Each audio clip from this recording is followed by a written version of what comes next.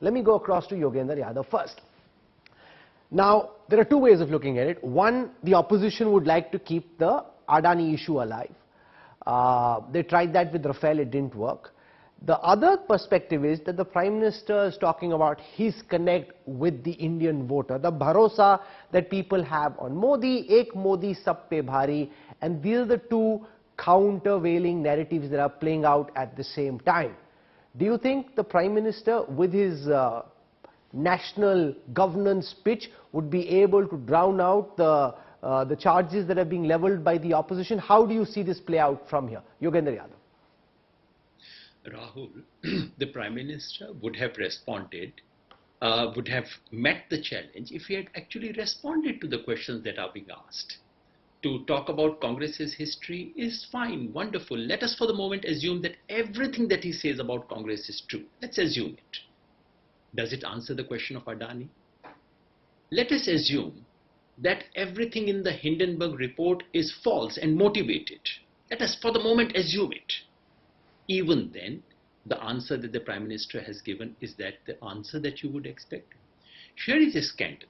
It's a scandal of international proportions, which is being talked about all over the world. And the country where it is originating, the country which is the epicenter of that economic earthquake, the President does not mention it. The opposition asks the question. Prime Minister does not utter one word about it. And Rahul, you want to ask me, has Prime Minister's response been satisfactory? And where is the response? You have to have a response. I really liked one thing that the Prime Minister said, namely that there is a deep connection between Kichad and Kamal. I think the country wants to know how much Kichad has this government accumulated in order for the Kamal to grow much better. Specifically, forget the rhetoric, just come to the brass tacks.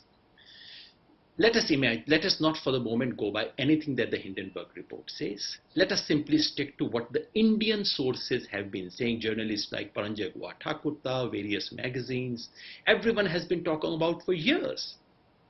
We know that here is a country whose evaluation went up astronomically, something that never has been witnessed in the history of any company in the world. It went up astronomically not because the company had produced anything new, but because sheer valuation went up. Stock market up and down, stock market went up and up and up and up. It is also known that so much of investment was taking place through Mauritius. This is not something new that Hindenburg has brought out. It was very well known in India, was written about in India. Mauritius, where all kinds of dubious money comes from. This was well known. Okay, so the essential point that you're making... Let me just say a couple of things, Rahul. Okay. We do know that the company was receiving all kinds of loans from public sector. At every step here, the government is implicated. It was getting loan from public sector, where loans are granted by a phone from a minister, that it was based on acquisitions, and in acquisitions were preceded by government's rates, that it was based on allocation. So it is quite natural for someone to say, here is something that needs to be investigated. After all, this country has had JPC on Bofors, the country had JPC on 2G, on Westland Augusta, on Harshad Mehta, on Ketan Parekh. Why not a JPC? Okay.